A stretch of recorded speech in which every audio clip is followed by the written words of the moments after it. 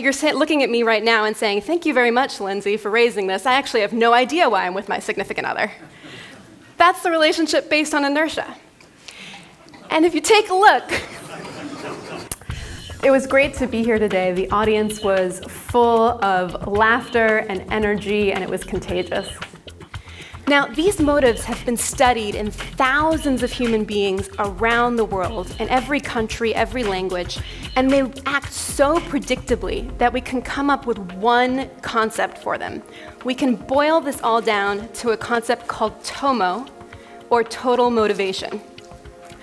TOMO is when you add up how much play, purpose, and potential somebody feels, and you subtract the emotional pressure, economic pressure, or inertia. Today I was speaking about how do you build an adaptive leader in a sales force.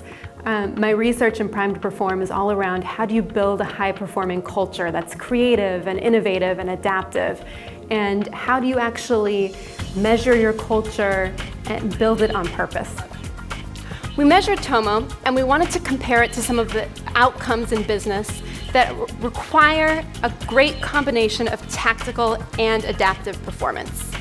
One perfect example is customer experience. I think the world is changing faster and faster than ever, and there's a huge amount of uncertainty. And we can't predict what's going to happen. And so as a result, we have to build organizations that are able to adapt and innovate faster than ever before. We're so used to focusing on how do we build predictability into our organizations? How do we make them scalable and consistent and efficient? And yet all of our best laid plans can go out the window in a day as the political environment changes, as new competitors come online, as technology evolves. And we have to build organizations that are not only resilient to that change, but excited by the opportunity to change. They see it as a challenge where they can test their best thinking, their learning, and scale that knowledge and learning throughout the organization. Organizations that find this type of a challenge fun are going to be the ones that ultimately adapt and thrive. Understand what's driving why your people come to work every day.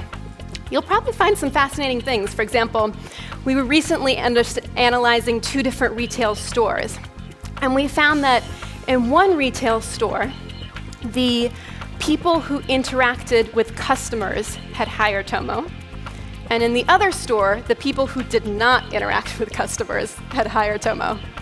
And it told us some very interesting things around how that organization had set up their people to feel like they were acting in the best interest of their end user.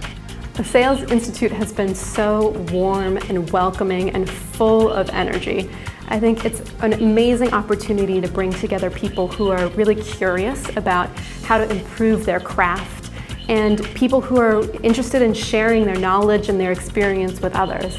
These kinds of gatherings are critical to helping all of us adapt in these incredibly volatile times.